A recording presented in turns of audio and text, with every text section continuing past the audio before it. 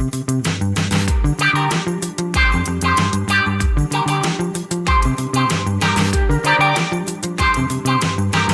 à tous, bienvenue à Nîmes. On est avec Franck Maurice, l'entraîneur emblématique de l'USAM Nîmes, chez Jérôme Duthil, un lieu particulièrement connu sur Nîmes, un restaurateur de renommée.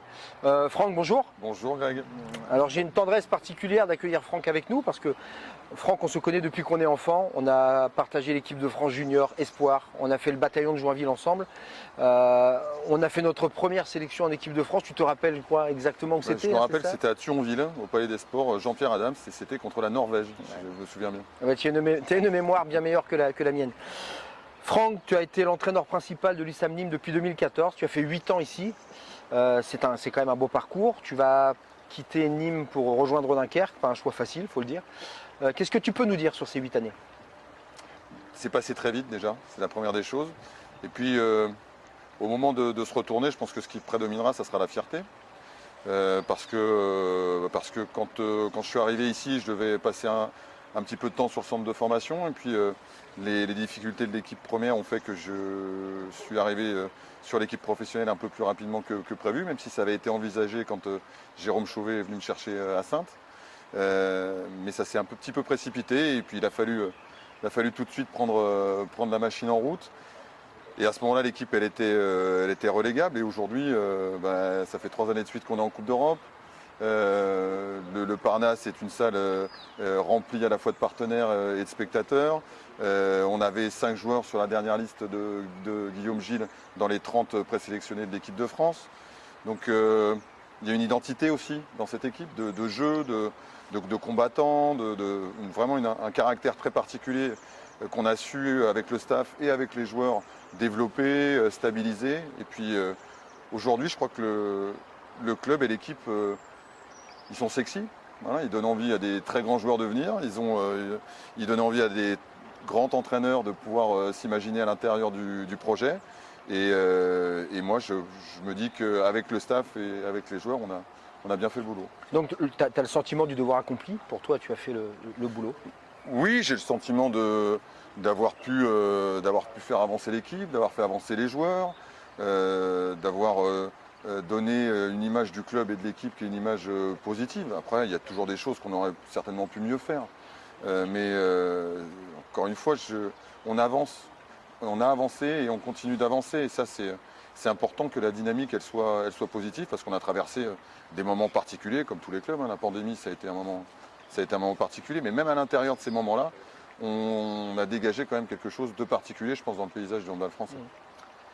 Alors, tu vas remplacer Patrick Casal, qu'on connaît bien aussi puisqu'il est de notre génération. Lui aussi a fait partie de cette génération 70-71, on était tous les trois avec lui. Est-ce que tu as eu Patrick Casal au téléphone? Est-ce que vous avez parlé du collectif qu'il avait actuellement, du club de Nîmes, de Dunkerque? Est-ce qu'était un petit peu cette ambiance là-bas dans le Grand Nord? Non, j'ai pas appelé Patrick. C'est très délicat, je me suis posé la question. On n'a pas d'affinité particulière avec Patrick, comme je peux en avoir avec Tariq Ayatoun, par exemple, avec qui je vais entraîner à Dunkerque, ou avec des joueurs dont j'ai été plus proche. C'est quelqu'un que je respecte beaucoup, qui a fait un super boulot. Ça a été l'un des seuls entraîneurs à briser l'hégémonie parisienne en étant champion, en gagnant une Coupe de France. Donc il a fait un super boulot. Et si aujourd'hui le projet à Dunkerque il a été attractif pour moi, c'est aussi parce qu'il y a eu ce travail-là en amont. Donc il est évidemment incontournable dans le paysage dunkerquois et ça sera quelque chose de passer après Patrick.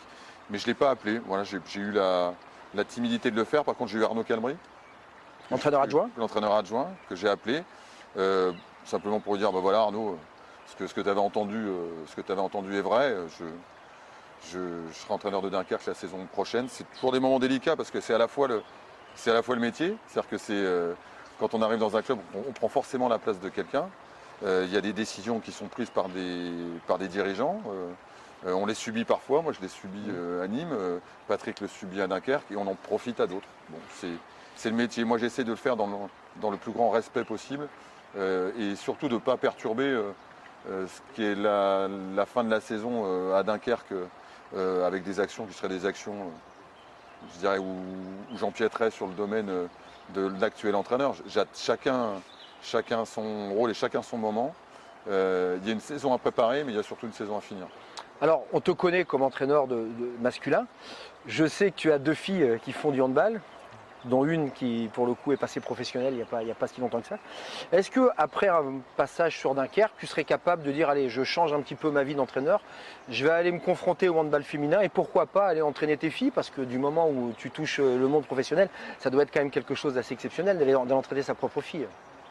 J'imagine la difficulté que c'est d'entraîner ses enfants. Ça m'est arrivé quand ils étaient petits. Les parents sont généralement investis dans les équipes de moins de 9, moins de 11, moins de 12 quand les enfants débutent. Moi, ça m'est arrivé.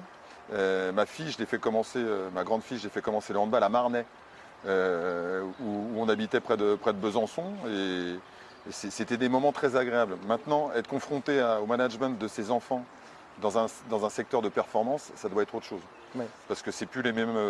On n'a plus les mêmes intentions, on n'a plus les mêmes besoins, on n'a plus le même regard sur ce qui se passe. C'est plus de l'empathie, c'est plus de la sympathie, c'est plus de l'amour, c'est de la performance. Il faut être bon. Mais ça doit être quelque chose de particulier. Et puis pour répondre à ta première question sur le contexte de l'entraîneur professionnel, moi je suis fermé à rien.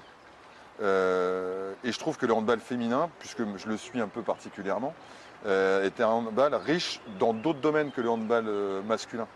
Et ça doit être, je pense, une source d'inspiration parfois, et puis certainement une source de développement quand on est entraîneur, parce que on a certaines postures avec les garçons qu'on ne peut pas avoir avec les filles, j'imagine, et inversement. Ouais. Et on doit certainement progresser en tant que manager quand on est capable de s'adresser à un public féminin et à un public masculin dans la haute performance. Alors, on va revenir au handball masculin. On sort du championnat d'Europe, c'était il n'y a pas si longtemps que ça. Alors, je vais te poser une question un peu embarrassante, mais pas trop. Si tu avais été à la place de Guillaume Gilles, est-ce que tu aurais changé ta sélection? Je ne te demande pas de nom, je ne te dis pas qui tu aurais gardé et qui tu aurais pris, mais est-ce que tu serais parti avec les mêmes soldats ou alors tu aurais fait quelque chose de différent? Alors, avant de répondre à ta question, je ne m'échapperai pas. Oui. Mais je trouve que depuis 2 ans, il a eu l'intelligence de se préparer à une situation sanitaire qui est très compliquée. Il a ouvert le groupe, 30, 35 joueurs parfois sélectionnés, vus, entraînés en situation. Et ça lui a permis de préparer ce genre d'échéance avec toute la complication qu'il y a eu pendant ce championnat d'Europe. Et de pouvoir faire appel à des mecs qui n'étaient pas là au début et de les ramener sans que ça soit une pièce rapportée, mais comme étant un élément du puzzle qu'il n'avait pas encore utilisé. Ouais. Et ça, je trouve ça très intelligent parce que ça veut dire qu'il a fait preuve de proactivité, qu'il a réfléchi sur ce que pouvaient être les conditions sanitaires et les difficultés que pouvait y avoir. Et même son staff. La construction de son staff, quand lui a été malade, ils ont quand même pu diriger l'équipe avec Eric Maté qui a l'habitude du monde professionnel et du très haut niveau. Donc je trouve que c'est faire preuve d'intelligence managériale d'avoir prévu tout ce qui était finalement presque imprévisible. Voilà. Alors on va souhaiter longue vie bien entendu à Guillaume Gilles, on espère qu'il nous ramènera des trophées, il est champion olympique quand même, ce qui est quand même pas rien. Tu te verrais toi un jour, dans quelques années, au poste d'entraîneur de l'équipe de France de handball? Tu y as pensé un jour? Moi j'y pense pas tout le temps, mais j'y pense en tant que Français et en me disant que ça doit être une fierté extraordinaire de pouvoir être à la tête d'une équipe qui représente sa nation dans les sports qui te passionnent. Donc oui, est-ce que j'aimerais un jour? Bien sûr que j'aimerais être à la tête d'une sélection nationale française, parce que j'imagine pas en tant qu'entraîneur ce qu'il doit y avoir de plus beau que l'hymne quand tu es entraîneur de l'équipe de France, et encore plus quand tu gagnes des trophées. Ça doit être quelque chose de fantastique. J'ai eu la chance de le connaître quelques fois en tant que joueur, jamais dans des circonstances où on a gagné des choses, mais en tout cas j'imagine que c'est la plus belle des récompenses et à la fois une énorme responsabilité d'être à la tête d'une équipe comme celle-là. Dernière question, Franck, après le handball, dans quelques années, tu te verrais où? Au bord de la plage, à Dunkerque, à Nîmes, en France, à l'étranger, pour finir tes vieux jours? Peu importe où, l'important ça sera avec qui. Et j'espère que ce sera encore une fois entouré de tout mon cocon familial là, qui me supportent dans toute ma carrière d'entraîneur. J'ai la chance d'avoir une structure familiale avec une épouse, 3 enfants qui ont accepté d'être parfois mis en danger par la carrière de leur papa ou de leur mari. En danger professionnellement pour mon épouse, en danger dans les relations sociales pour mes enfants. J'ai 3 enfants, il y en a un qui est né à Nîmes, l'autre à Besançon et le dernier à Saintes. Et mon épouse qui a dû s'adapter à chaque fois quand on a déménagé. Donc voilà, pourvu que je sois entouré des gens que j'aime, le lieu c'est pas finalement si important que ça. Merci Franck. Alors, dernière petite question. Tu sais qu'avec Handstar, on va te suivre énormément, que ce soit à Nîmes jusqu'à la fin de saison. Et puis l'année prochaine à Dunkerque, une chaîne OTT dédiée complètement au handball. Ça arrive aujourd'hui. Qu'est-ce que tu penses d'une chaîne qui pourrait aujourd'hui se lancer comme Handstar? On a vraiment de grosses ambitions de te suivre, toi et le reste du handball français. Ça manquait peut-être dans le paysage français du handball. Oui, et puis je trouve que surtout l'idée d'une chaîne faite par des handballeurs pour des handballeurs, c'est un moyen de pas seulement surfer sur l'actualité du handball, mais surfer sur ce qu'est la passion du handball. Dans des clubs amateurs, sur des projets pédagogiques, sur des personnalités un petit peu particulières.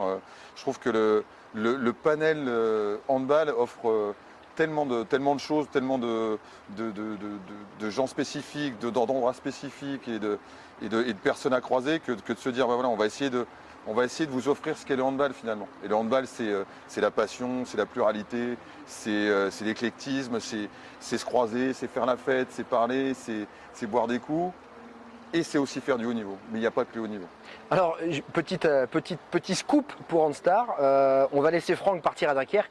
On va lui souhaiter bonne chance. Et puis, je sais que la direction d'Handstar a déjà proposé à Franck Maurice, après sa carrière d'entraîneur, c'est pour ça que je lui ai posé la question, on pourrait peut-être l'avoir avec nous. En tout cas, on le souhaite parce que non seulement il parle bien, mais en plus, c'est un mec bien. Donc, Franck, pars à Dunkerque et quand tu en auras terminé, on te récupère avec nous. On sera le plus heureux. Je pars loin d'ici, mais je serai pas loin de vos élucubrations. Allez, à bientôt sur Handstar.